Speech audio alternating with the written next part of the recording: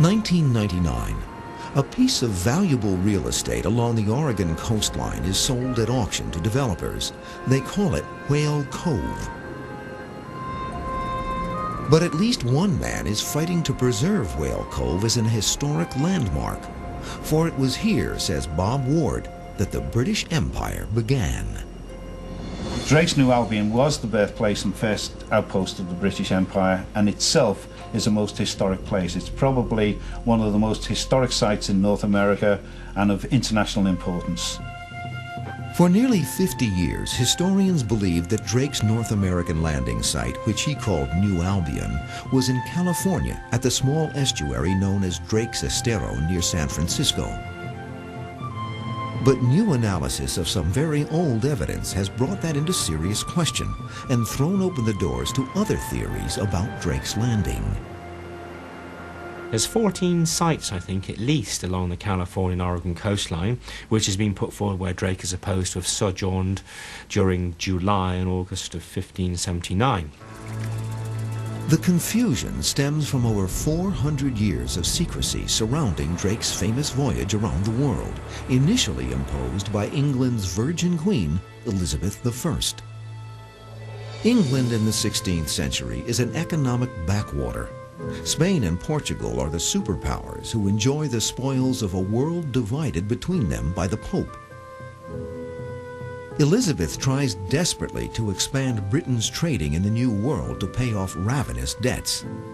And her plan is to do it under the very noses of the Spanish. She had to run this very fine balance between managing to improve the economics of England and balance that against the threats that were constantly there from Spain and Portugal. It is into this world of political intrigue that a commoner named Francis Drake comes of age. Born around 1542 to a tenant farmer and strict Protestant lay preacher, young Francis would soon find his calling at sea. Drake began as a young man in the coastal trade of simply local, perhaps going across the channel to Holland, whatnot, and he was quite successful with that as a young man. And he had the good fortune to be connected to the Hawkins family. Drake's cousin, John Hawkins, runs a successful trading business out of Plymouth Harbor with a fleet of sturdy ships. In the 1560s, Francis Drake joins Hawkins on a series of voyages to the Guinea coast of West Africa, where they take on highly valuable cargo: African slaves. Spain had a monopoly on the trade of slaves, and it was forbidden by the king for anyone else to come and trade slaves there, so this was an outlaw activity. But slave trading is not the only illegal activity Hawkins has in mind. The English merchant marine was basically under orders of the Queen to go out and disrupt Spanish shipping. The fleet would then continue on across the Atlantic to the West Indies and the coast of South America. But the Spanish ports of the New World are technically off-limits to English ships. King Philip had prohibited all interlopers at port facilities, but it was a different reception for the struggling colonists. They wanted the trade. Often the Spanish governors turned a blind eye to the king's orders. Slaves and trade goods are sold for considerable profit. Still, delicate negotiations are required to trade in the Caribbean. To keep up appearances, Hawkins and his crew must stage seaborne assaults on some of the coastal ports. Mock attacks were actually set up by John Hawkins so that the governor could write to the king saying that we were forced to trade under the threat of extreme violence. These voyages are an ideal training ground for a young pirate. But Drake's next voyage with Hawkins would provide a painful lesson in Spanish duplicity. In 1568, while off the coast of Cuba, Hawkins' fleet is severely damaged by a hurricane. Hawkins, with Drake now serving as captain of one of the ships, orders the fleet to put in for repairs at San Juan de Ulua on the east coast of Mexico. But their timing is terrible. The colonists allowed Hawkins in to use port facilities to repair, but unfortunately the incoming Spanish viceroy was due any day. When the royal fleet arrives, Hawkins and Drake find themselves surrounded by Spanish warships. Unprepared for a fight, the Spanish negotiate an uneasy truce. But the Spanish viceroy has no intention of keeping his word. 2 days later, the Spanish attack.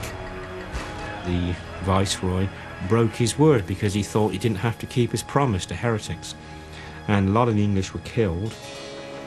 Hawkins and Drake escape in 2 small ships and limp back to England on the westerly winds. For Hawkins, the voyage is a financial disaster and marks an end to his raiding days. But for Drake, it is just the beginning. Drake used that experience of treachery to wreak revenge on the Spaniards for the rest of his life. In 1572, Drake returns to the Caribbean in command of 2 small ships seeking retribution. His target? The small town of Nombre de Dios on the north coast of Panama. The importance of Nombre de Dios was that it was the Atlantic terminal at the Isthmus of Panama for all of the gold and treasure that Spain was taking off of the Pacific coast of the Americas. Once a year, the accumulated wealth of Spain's mining colonies in Chile and Peru is brought north by ship to the Isthmus of Panama. There it is transported overland by mule trains to the port of Nombre de Dios on the Atlantic side, where tons of gold and silver are loaded onto Spanish galleons for the trip to Spain. This is the famous Spanish Main. Drake apparently figured out that he would go to the Spanish Main in Panama and personally capture the silver either on the mule train or from the storehouses, Nombre de Dios. Drake ambushes the annual mule train 1 mile inland from Nombre de Dios. There is so much gold and silver that the small band of Englishmen cannot carry it all back to their ships. Still, Drake and his crew sail back to England with ample plunder. News of his arrival, Whitsunday in 1573, actually caused the service at St Andrew's Church to disintegrate as the parishioners left their pews one by one when they heard that Drake's ship had returned full of treasure. Though now a wealthy man, Drake is restless and yearns to return to the New World. For while he was on the Isthmus of Panama, Drake had caught a glimpse of his future from a tall tree. When they climbed up the tree, they could actually see both the Atlantic and the Pacific at the same time. Seeing the blue Pacific, Drake vowed to be the first Englishman to sail on it. When we return, Drake finds himself in command of the most important and secretive mission in England's history. His crew was sworn to secrecy under pain of death if they revealed details of their movements. In 1576, Drake, a commoner, receives a most unusual summons. Queen Elizabeth I wants to meet with him. It was an interview conducted in secrecy because even the guards were asked to leave the room.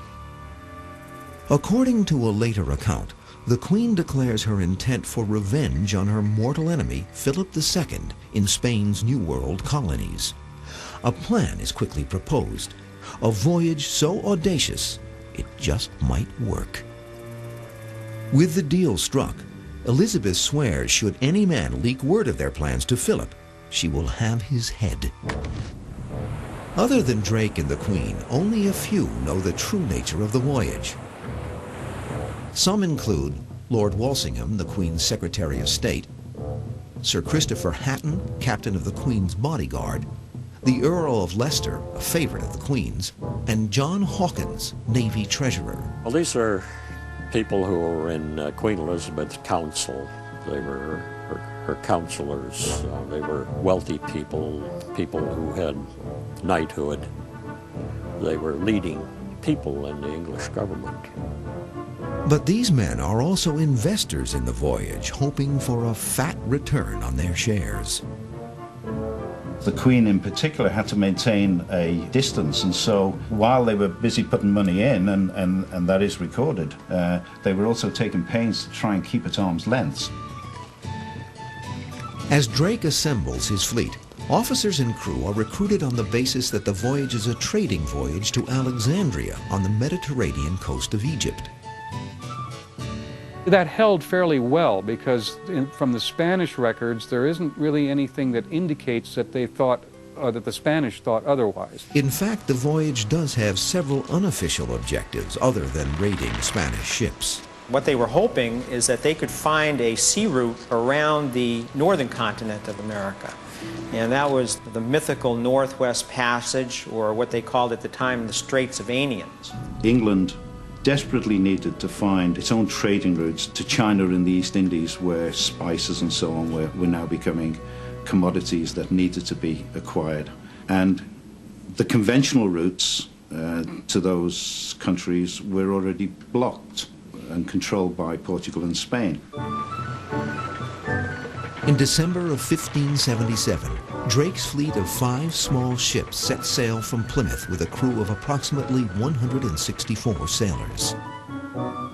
Drake's flagship, the Pelican, is his largest command so far. Constructed to Drake's specifications, she represents the pinnacle of British shipbuilding technology. The other ships, the Elizabeth, Swan, Marigold, and Benedict, are all smaller vessels, captained by friends and relatives of Drake and other investors. But to the surprise of nearly everybody aboard, instead of sailing to the Mediterranean, Drake steers the fleet south for the open Atlantic. Once the ships passed the latitude of the Strait of Gibraltar, they knew that they weren't going to Egypt. Imagine telling your wife you're going to be home in a few months' time, when in fact you're going to be away for 2 years, 10 months. Grumbling among the crew grows daily, making for a difficult crossing. Drake soon discovers that his friend, Thomas Doughty, a nobleman, is encouraging the discontent. Doughty all the time assumed that he was an equal partner, and he was not. And in the North Atlantic, the conflicts grew. Doughty was trying to collect supporters, make himself appear to be the central figure of authority on the voyage. By the time the fleet reaches Port St. Julian on the coast of Argentina, Drake is determined to eliminate Doughty and convenes a trial ashore. The most serious charge is incitement to mutiny. Doughty is eventually found guilty by a majority vote of the jury. The axe falls on the neck of Thomas Doughty.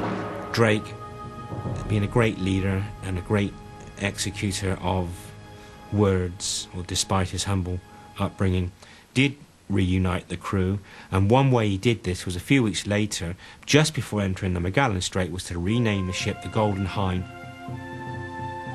Drake's symbolic gesture is meant to stir patriotic sentiment among his crew, for the Golden Hind is the emblem of Sir Christopher Hatton, a royal backer of the voyage.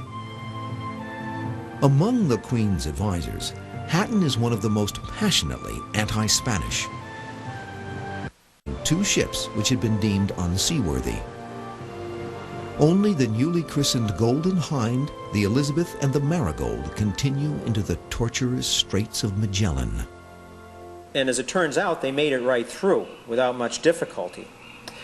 But as soon as they emerged into the Pacific, all hell broke loose. For 56 days, raging storms batter the fleet, blowing them south along the unforgiving shores of Tierra del Fuego. One ship, the Marigold, is dashed upon the rocks. Only a week later, the Elizabeth becomes separated from the Golden Hind. The Elizabeth turned tail, ended up finding herself back in the strait, and sailed home to England, leaving only the Golden Hind alone in the Pacific.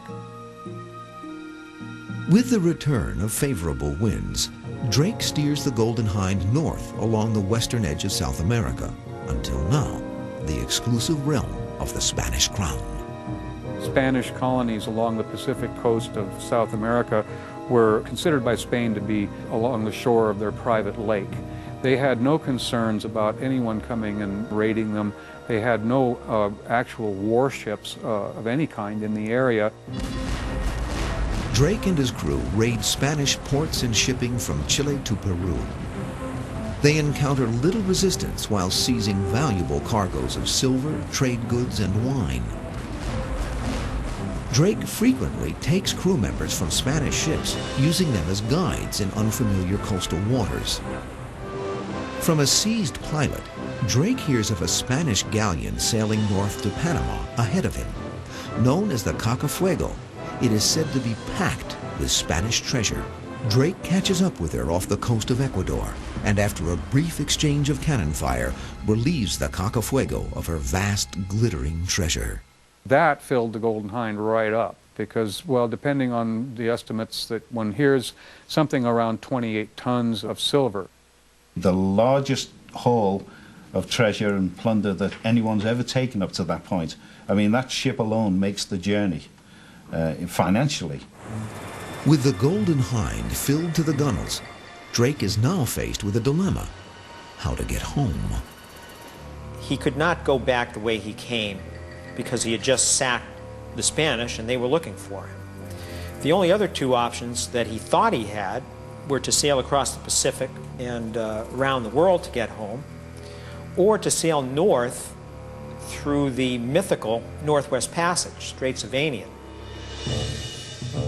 After one last raid on the small port of Huatulco in Mexico, Drake steers due west out into the Pacific, beyond the reach of his Spanish pursuers. And it's there that the mystery of Drake's movements start. All of Drake's activities along the west coast of South America and in Mexico are very well documented.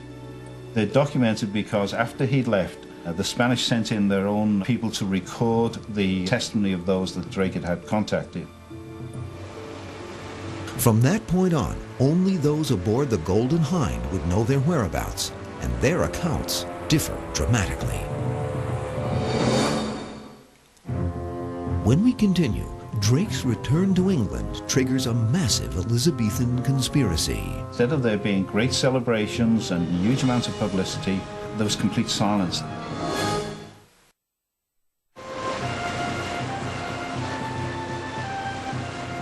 After stopping somewhere along the west coast of North America to repair his ship, Drake chooses to return to England the hard way by completing a circumnavigation of the world. He crosses nearly 10,000 miles of open water, rounding the southern tip of Africa, and arrives in Plymouth Harbor in September of 1580, after nearly 3 years at sea.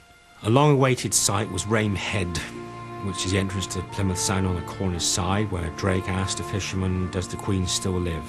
He was relieved that there was still the same Queen, Protestant persuasion, on the throne. The Queen orders Drake to Richmond Palace, where investors learn that the voyage has paid off handsomely. For every English pound risked, Drake has returned 47. Elizabeth would eventually bestow upon Drake the tribute of knighthood. Drake's knighthood proved that in Tudor times you could rise to the top from starting at the very bottom. And that's what's really written on Drake's coat of arms, from humble beginnings to great achievements. He was an inspiration to the common man to be knighted by the Queen. But Drake's honor brings with it a bitter mandate. Instead of being allowed to share his achievement with the world, Drake is officially silenced by the Queen. He'd just carried out the greatest navigational feat in the history of England. And yet, instead of there being great celebrations and huge amounts of publicity, there was complete silence. All of his logs and charts were confiscated by the Queen, locked in the Tower of London, and never seen again, never to this day. His crew was sworn to secrecy under pain of death if they revealed details of their movements. For nearly 10 years, no account of the voyage is permitted to be published in England. Drake himself is never allowed to publicly document his own version of the events. Why the official cover-up? What did Drake discover on his voyage that was so important to keep secret? We were very, very concerned about how the events of the voyage were going to affect diplomatic relations with Spain, and they were very fearful of reprisal. So there was a period of great tension. The most mysterious and debated part of Drake's voyage took place during the summer of 1579, after the Golden Hind left the port of Huatulco, Mexico. Francis Drake steers the Golden Hind on a westerly course into the vast expanse of the Pacific Ocean. The course is only to find the northeast trade winds that will take him up the coast of California.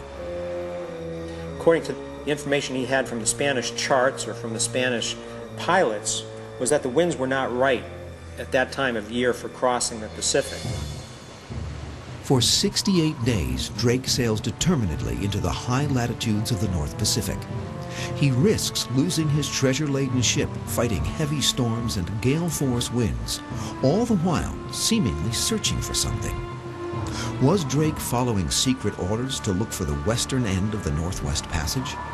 After all, just a year before Drake set sail, English mariner Martin Frobisher returned from the northeast coast of the New World, claiming to have found the eastern end of the Northwest Passage.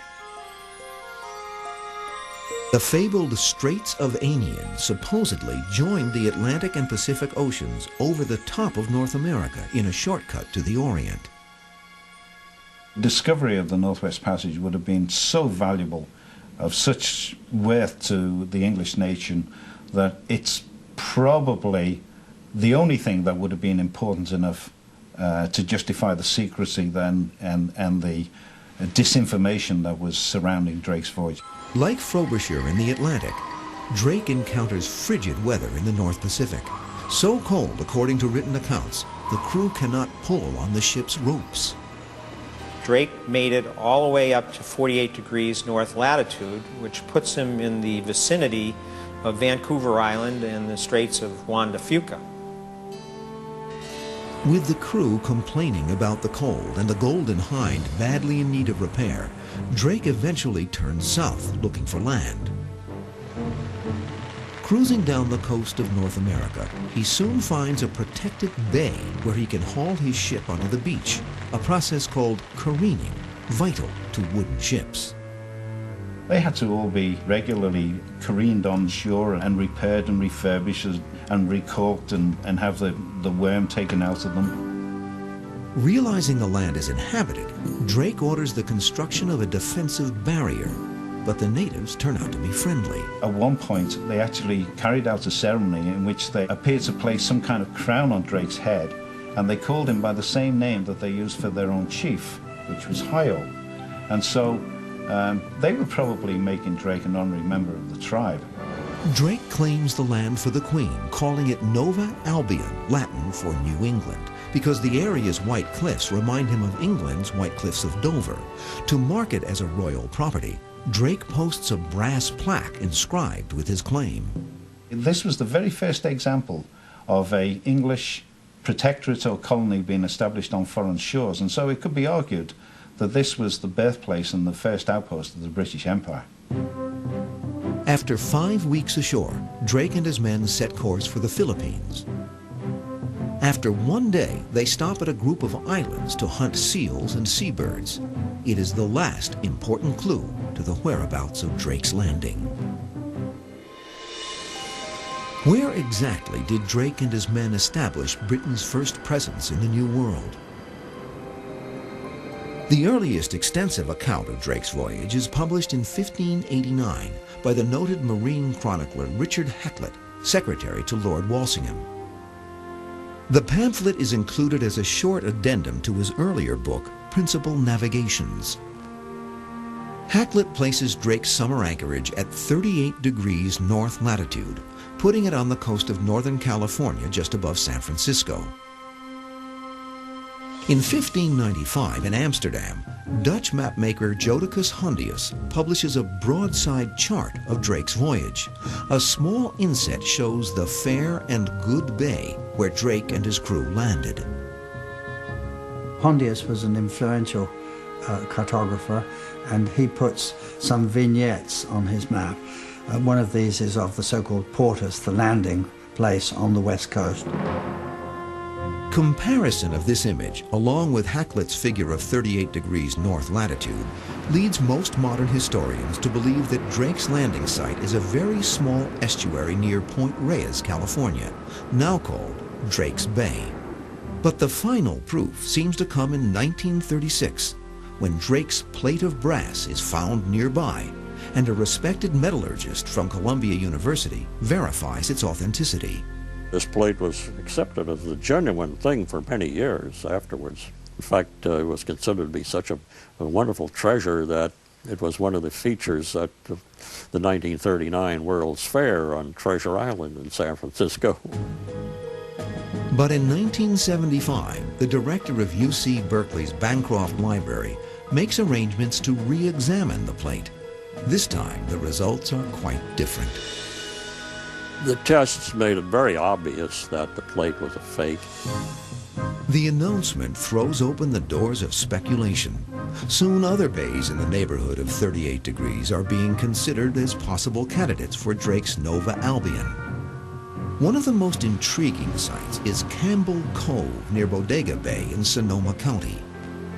Based on the latitude evidence, I focused in on Bodega Harbor and began looking around, and I came out here with the intent of looking to see if I could find a location where Drake would have built a stone fort at the foot of a hill.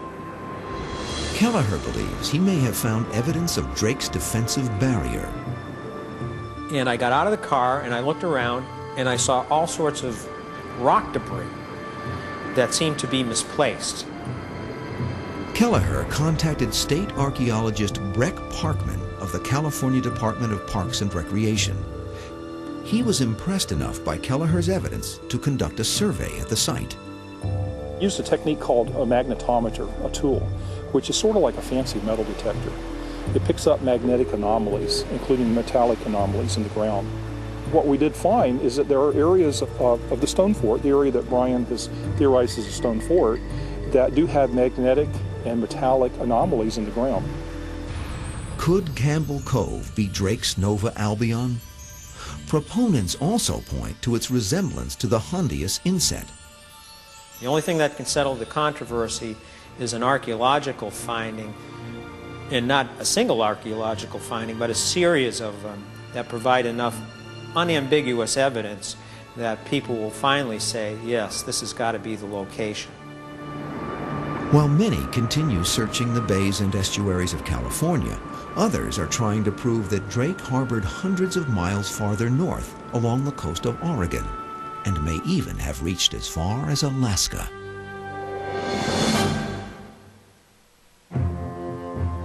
When we return, does this account of Drake's voyage contain proof of an Elizabethan conspiracy? It's clear that the 48 has been altered from another figure. The official account of Drake's voyage around the world puts Drake's colony of New Albion at 38 degrees north latitude, square in the heart of California. But another account, reportedly based on first-hand information of Drake's voyage, an unsigned manuscript known as the Anonymous Narrative, places the landing at 44 degrees. This pushes Drake's Fair and Good Bay over 500 miles farther north, to the rocky coast of Oregon. I first became involved in the mystery of Drake's movement in 1977. I was living in Canada at the time, and my work brought me in contact with lots of Indian groups, including what was then known as the Nootka tribe on Vancouver Island. It began with the 200th anniversary of the arrival of another English explorer, Captain James Cook, who explored the west coast of Canada in 1777. One of their elders, called Moses Smith, said to me, we don't understand all of this fuss about Cook anyway, because we know from our own oral history that there was another white explorer generations before Cook. Could this other white explorer have been Francis Drake? And could he really have landed as far north as Vancouver? With these questions began an intensive search for clues. There are different versions of what happened to Drake and how far north he went, and in fact, just how far north he went is a great mystery. The Anonymous Narrative, a handwritten account that claims to be based on information from 8 members of Drake's crew, seems to support Ward's theory.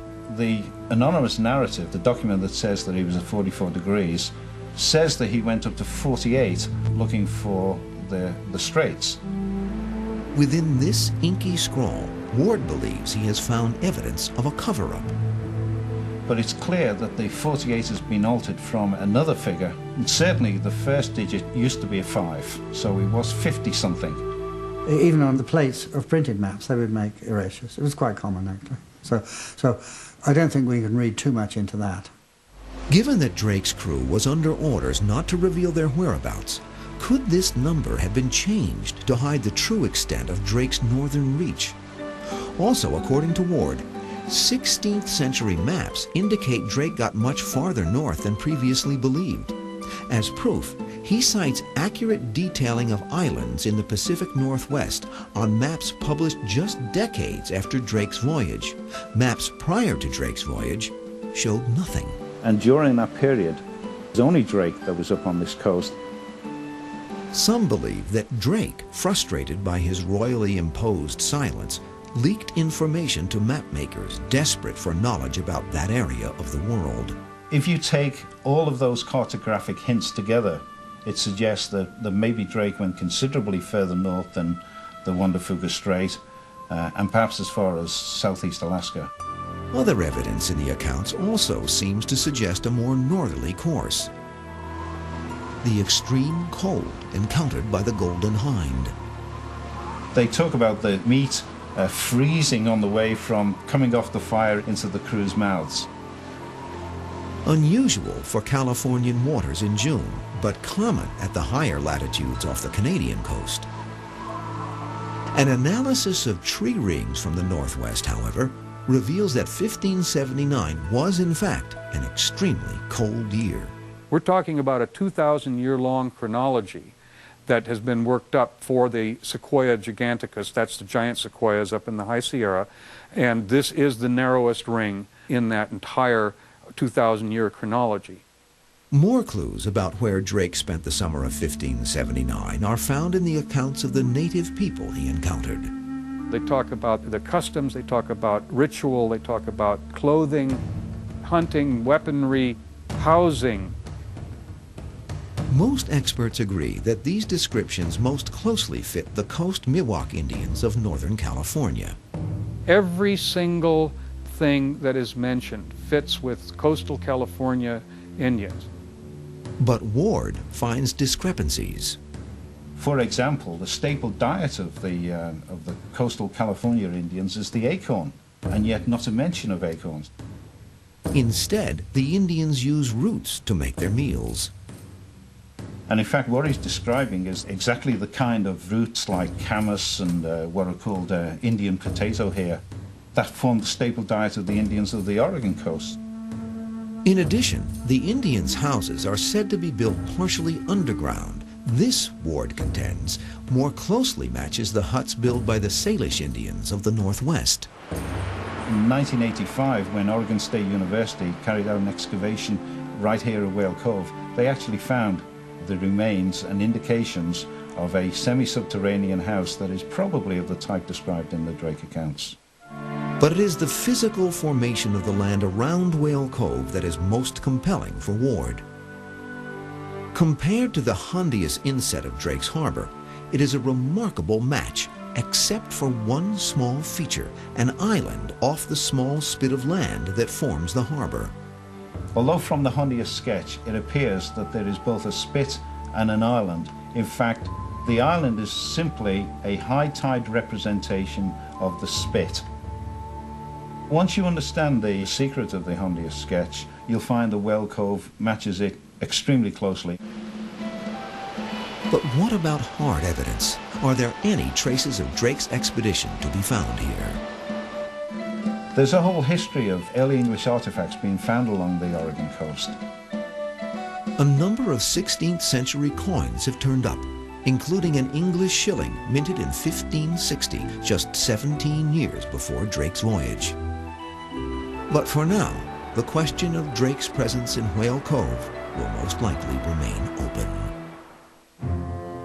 When we return, Sir Francis Drake dies doing what he loves best, raiding the Spanish Main.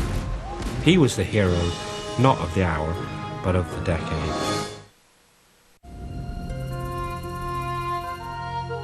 When Francis Drake and his crew of the Golden Hind landed on the shores of North America in 1579, they could not have known that locating this site would generate controversy more than 400 years later. Despite the brass plate hoax, most experts still believe that Nova Albion has always been Drake's Estero at Point Reyes. The geography of Drake's Estero fully matches the accounts. It can't be anywhere else. There's no other place on that Pacific coastline where you could have almost a replica of the white cliffs of Dover.